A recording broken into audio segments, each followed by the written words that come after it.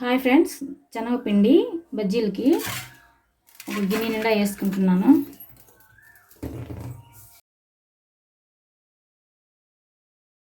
మూడు ఎర్రగడ్డలు తరిగినటివి, 2 పచ్చిమిరపకాయలు, కొంచెం కరివేపాకు,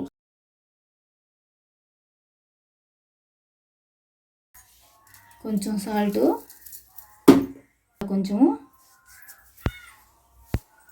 జీలకర్ర కొద్దిగా, ఇవన్నీ కొంచెం వాటర్ వేసి కలిపేస్తాము.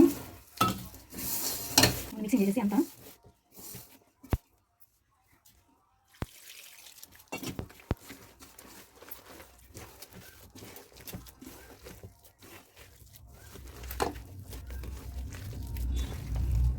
అది గట్టిగా కాకుండా కొంచెం పలసంగా కాకుండా బోండా కొంచెం గట్టి కలుపుకోవాలా.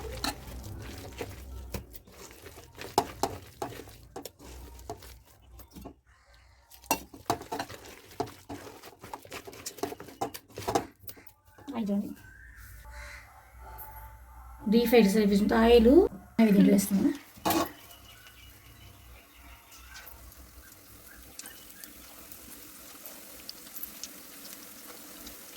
ఈ రంగులో ఇప్పుడు చూడండి, ఇవి బాగా వేగిపోయినాయి. ఈ రంగులో ఎత్తేసేయాలా. టిష్యూ పేపర్లో కానీ న్యూస్ పేపర్లో కానీ వేసుకుంటే ఆయిల్ అంతా బాగా లాగేస్తుంది.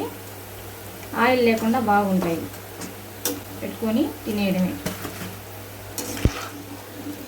వర్షాకాలం కానీ ఇంక బాగా ట్రై చేస్తే ఇంకా టేస్ట్గా బాగా తినచ్చు. వేడి వేడిగా మీరు ట్రై చేయండి. దీన్ని ఇడ్లీలో మిరపలు కానీ ఏదైనా వేసుకొని ఎర్రగారం కానీ వేసుకొని తింటే బాగుంటాయి.